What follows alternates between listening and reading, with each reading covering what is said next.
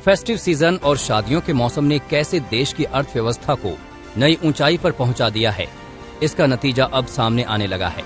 हालांकि इस तिमाही में अर्थव्यवस्था का प्रदर्शन कैसा रहेगा, इसका असली अंदाजा तो अक्टूबर-दिसंबर तिमाही के जीडीपी आंकड़े सामने आने के बाद ही होगा। लेकिन जुलाई-सितंबर में इकोनॉमी की शानदार विकास दर से उत्साहित मुख्य अर्थशास्त्री भरोसा जता रहे हैं कि अब 2021-22 में इकोनॉमी डबल डिजिट में बढ़ेगी।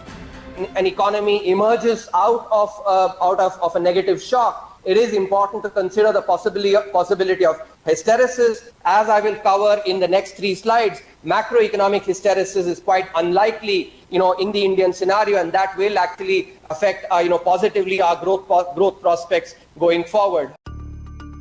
जीडीपी के आंकड़े आने में तो अभी 3 महीने बाकी हैं, लेकिन इन आंकड़ों के आने से पहले जीएसटी कलेक्शन के आंकड़ों ने विकास दर में रिकॉर्ड उछाल आने का माहौल तैयार कर दिया है। नवंबर में जीएसटी कलेक्शन 1,31,000 करोड़ के साथ अब तक के दूसरे उच्चतम स्तर पर पहुंच गया है। इसके पहले अप्रैल में 1,41,000 करोड़ का अब तक का सबसे ज्यादा जीएसटी कलेक्शन हुआ है। मौजूदा तिमाही के पहले महीने यानी अक्टूबर में जीएसटी कलेक्शन 1,30,000 करोड़ का था। माना जा रहा है कि दिसंबर में भी जीएसटी कलेक्शन कुछ ऐसा ही कमाल दिखाएगा। पिछले कोविड के दौरान गवर्नमेंट काफी पॉलिसीज लेके आई इंडस्ट्री को बढ़ाने के लिए, कस्टमर सेंटीमेंट्स को स्ट्रॉन्ग करने के लिए। वो अब धीरे धीरे करके गवर्नमेंट की पॉलिसीज धीरे धीरे करके वर्क कर रही हैं। सेकंड, इसका रीजन मानूंगा गिरते हुए कोविड के केसेस। इंडिया में कोविड के केसेस नीचे गिर रहे हैं। हालांकि वर्ल्ड वाइड यूरोप में और अमेरिका में केसेस बढ़ रहे हैं, पर इंडिया में अभी केसेस 8,000 से नीचे आ रहे हैं।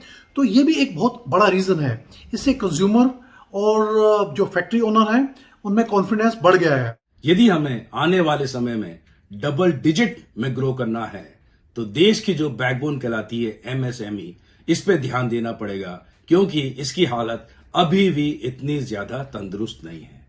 इसके अलावा हाई इन्फ्लेशन, ये भी एक बहुत चिंता का कारण है, और यदि हमने इन चीजों पे थोड़ा ध्यान दे लिया तो आने वाला समय सर्टनली हमारी इकोनॉमी के लिए बहुत ही जोरदार और उज्जवल भविष्य लेके आएगा।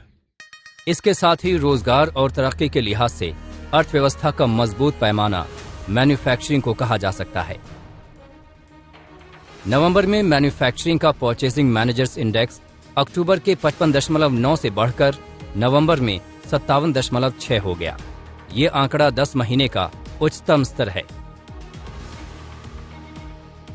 जानकारों का भी मानना है कि मैन्युफैक्चरिंग में तेजी इकोनॉमी के लिहाज से शुभ संकेत है।